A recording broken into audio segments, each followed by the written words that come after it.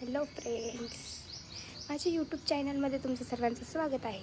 तर चला मित्रांनो, आपण आलो आहेत गजानन महाराजाच्या मंदिरावर दर्शनासाठी.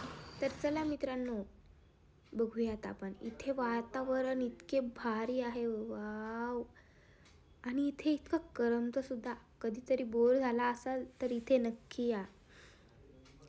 खूप छान वातावरण आहे. आणि हे गजानन महाराजाचं मंदिर आहे. तर हे बघा, आतमध्ये मम्मी पण गेलेली होती.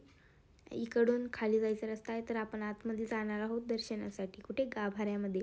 इथे मम्मी बघा दिवा लावत आहे. तर चला आपण बघूया तिथली जागा दिवा लावायची. हे बघा, मम्मी चालली आहेत आता गाभाऱ्यात दर्शन घ्यायसाठी. आणि इथे लावतात दिवे. अंगारा पण असतो तिथे लावायसाठी.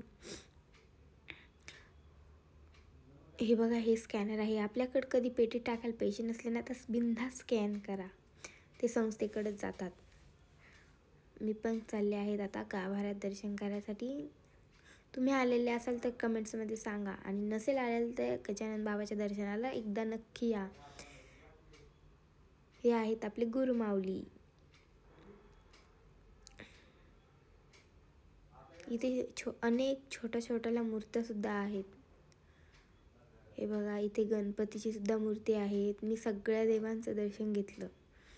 विठ्ठल रुक्माईचं सुद्धा, महादेवाचं सुद्धा आणि मारुतीचं सुद्धा. आणि हे सगळे देव झाल्यानंतर आहेत आपले गुरुमाऊली.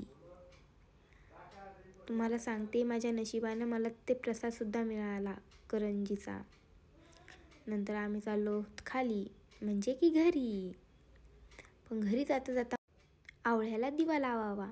तर मम्मी चालली आहे मित्रांनो आवळ्याच्या झाडाला दिवा लावायला.